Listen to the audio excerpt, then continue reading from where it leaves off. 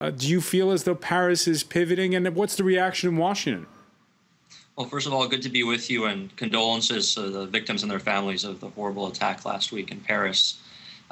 This has definitely captivated the world's attention, and I think focused energies in Washington on how we can deal with ISIS and how we can prevent this terrorist threat from striking Europe or the United States again.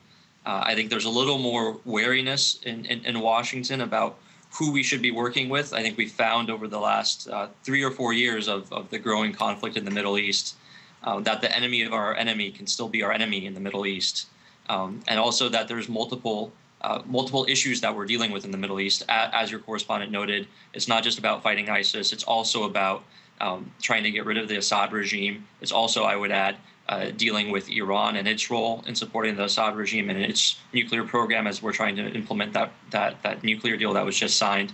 So how we balance all of those is important, and whether cooperation with Russia and Iran is the right thing to do at a time when we're also worried about Russian intervention in the Ukraine. So balancing all those different concerns is something that is a hot topic these days in Washington. And we saw on Monday Barack Obama flatly ruling out any more deployment of U.S. forces to Iraq, and he's drawn heat from it, reading the press in Washington this Tuesday. Well, I think there's certainly a sense that the Paris attacks should be a wake-up call, as we've had several in the past, that ISIS is a greater threat than we've previously acknowledged, and that they're not being contained. They're not a junior varsity team, as various leaders have said in the past, and that we really need a new strategy to do more against them. And I think there's frustration that President Obama hasn't articulated a new strategy, but seems to insist that the strategy that he already has in place is the right one. That doesn't mean there's necessarily appetite in Washington for boots on the ground in Syria, but at least a rethinking and an attempt to take the lessons of the last week and apply them to what we're doing in Syria. And Blaise, what's your gut feeling when you hear John Kerry talk about us being weeks away from some kind of major transition? Is he right? It's hard to know. I think there's definitely been a catalyst for conversations both at the G20 summit in Turkey this weekend as well as the Vienna summit.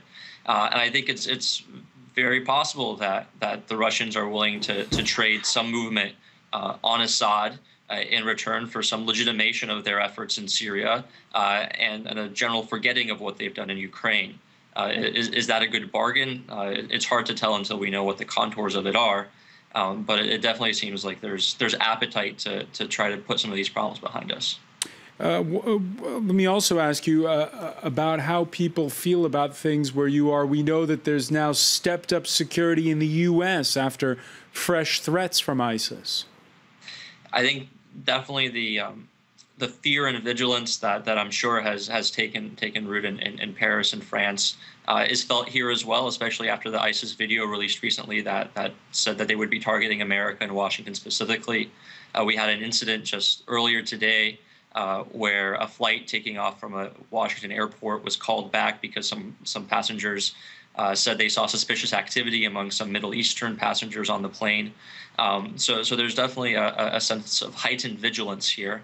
And concern about what's going to come next. Blaise Mistal of the Bipartisan Policy Center, many thanks for joining us today.